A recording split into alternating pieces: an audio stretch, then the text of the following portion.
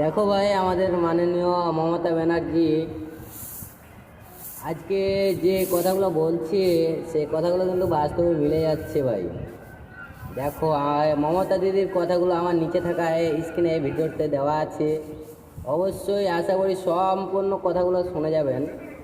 এই যে দেখেন ভাই, ভিডিওটা পুরোটা দেখবেন। মনে রাখবেন, ভোটটা এবার কিন্তু দয়া করে যদি জোড়াফুলকে না দেন তাহলে কি হবে? বিজেপি আপনাদের সব কেড়ে নেবে, খাওয়া দাওয়া বন্ধ করে দেবে, থাকাও বন্ধ করে দেবে, কথা বলাও বন্ধ করে দেবে।